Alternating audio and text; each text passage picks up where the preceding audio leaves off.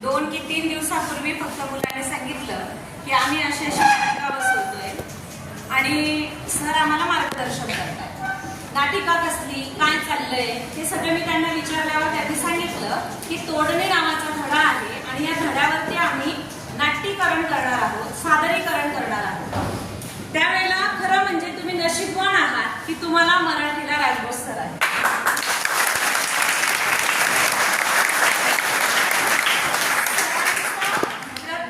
लेसनचं teaching जे आहे ते तुमचं कायम स्मरणात राहणार आहे. की 7वीला आम्ही हा धडा शिकलो. मला अजून माझ्या शिक्षकांचं आठवत आहे की त्यांनी एक शिंदे सर म्हणून होते, त्यांनी मला शिकवलेला प्रत्येक लेसन मला 8वीचा अजूनही आठवतो, प्रत्येक कविता आठवते.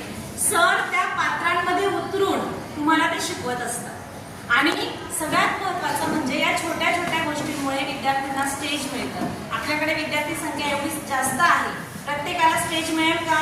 नाही. पण वर्गातून इतक्या विद्यार्थ्यांना स्टेज मिळालं, त्यांच्यातले कलागुण बाहेर येतात.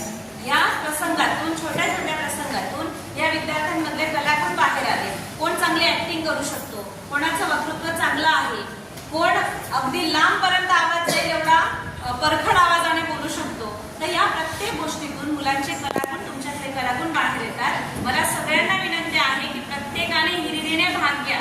पाठांतर कौशल्य जर असेल तर तुम्ही पण आज इथे स्टेजवर असते ना, ज्याच्यामध्ये पाठांतर कौशल्य आहे, ज्याच्यामध्ये डायलॉग फेकण्याचे कौशल्य आहे, म्हणजे नाट्यीकरण जो करू शकतो, ते सगळे आज स्टेजवर राहिले असते. तर सगळ्या विद्यार्थ्यांना विनंती आहे, सर आहेत वर्षभर तुमच्यासोबत, सरांचा फायदा घ्या, म्हणजे सरांकडून शिकून घ्या. सगळ्यांचं खूप खूप अभिनंदन करते. कमी वेळात आता तुमची कोणती नाटिका होती हे मला काहीच माहिती नव्हतं, कारण कला मी कोणत्याच विषयाला शिकवत नाही. पण सरांच्या बाबतीत एक मी नेहमी सांगेन, सर आम्ही रोंद्रा सर, प्रतिभा साळुंखे मॅडम, शिवाजी माळी सर, नरेंद्र माळी सर, किल्ले आणि त्यांचं माहिती आम्ही सोबत गेलो होतो सहलीला. तर सरांनी प्रत्येक किल्ल्याची माहिती प्रत्येक मुलाला पोचेल इतकं म्हणजे पोट तिडकीने समजावून दिलं होतं. आणि आम्ही प्रत्येक किल्ला, तो क्षण आम्ही कधीच विसरणार नाही. प्रत्येक किल्ल्याचा काना कोपरा सरांनी सगळा आम्हाला दाखवला. जे तिथे मार्गदर्शन करणारे असतात त्यांना सुद्धा तेवढी माहिती नाही, तेवढी सरांना माहिती.